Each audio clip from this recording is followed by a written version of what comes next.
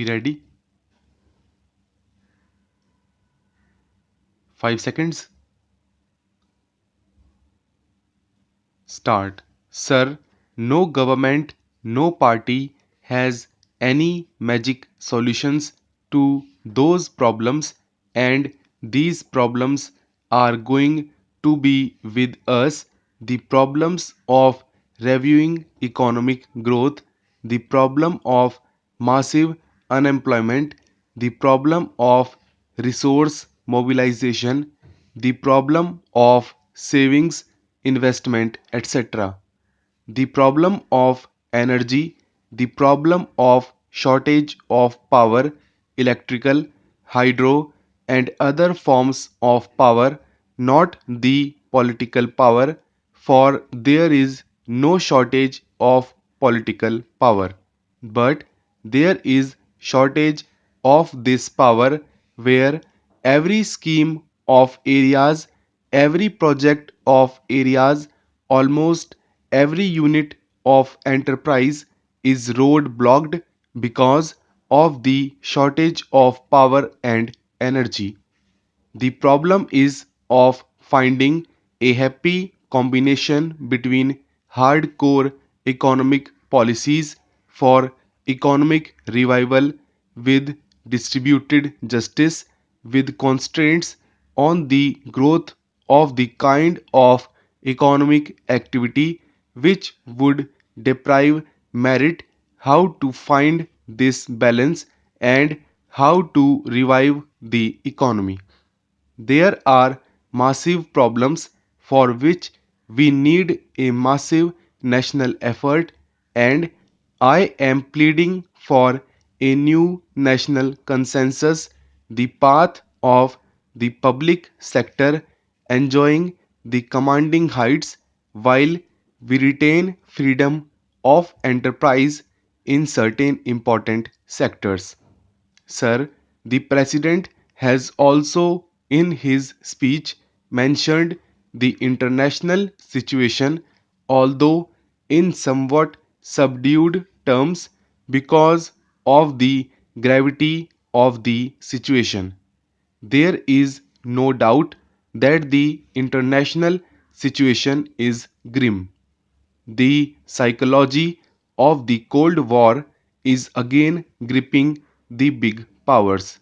Sir, we have had an occasion to discuss certain developments on our borders, Afghanistan and Pakistan, and I have spoken on them at length, and I do propose to repeat those things, but I would like to submit three major factors in the international situation at present, positive and negative.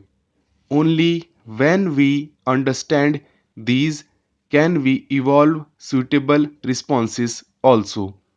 One is the problem of adjustments to the realities of the new situation.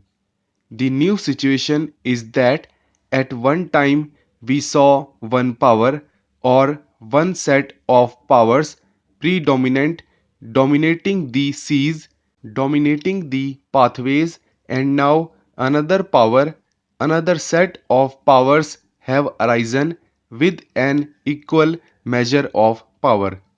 To find adjustment and harmony is one of the major problems. We had the philosophy or the theory of the preponderance of a power.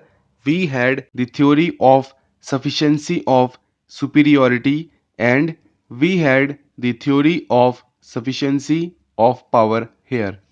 My good friend, the agriculture minister, is here. I do not know whether he is interested in the international problems, but I hope he will convey some of our ideas to those who are directly dealing with these. I would like to mention the second problem.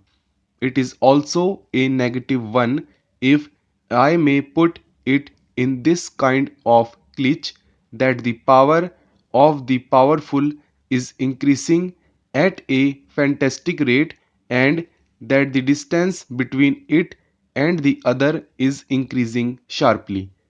We have seen the experience of the UNIDO conference, which is taking place these days, how difficult it is for the international community to work towards a new international economic order because the powerful do not find it in their interests to agree to a new international economic order which would be more just. And that makes it necessary for us, precisely for that reason, to concert forces with all other similarly situated countries to work for a new international economic order. But the third factor which I will mention and which is a positive factor is that the power of the powerful may be increasing at a fast rate, but there are limits to the use of that power. You have enormous weapons, you can destroy the world many times over, but you cannot use those weapons. The balance of terror has given leverage to less powerful countries, those countries who may not be a large power like India and others, to come together, to work together, and to exercise more leverage. And finally, sir, I would like to say that there is an immediate problem for this country because for the first time we are being encircled. There is the US, China, Pakistan combined. Whatever may be their calculations for the rest of the world, and I know that at least the United States is worried, is bothered, is concerned about the Gulf more than anything else, about the Middle East, about the oil, and so on and so forth. The actual impact of what is happening, the actual consequence of it is encirclement of India for the first time by three major powers. There will be bases there. Today, we read in the newspapers that the minister is going to meet the special assistant to the US president, who himself is going to Pakistan. Now, this is an ominous development for which we must find suitable responses. I would suggest a multi pronged approach. The first element of that approach must be to exercise all our influence to restrain the big powers.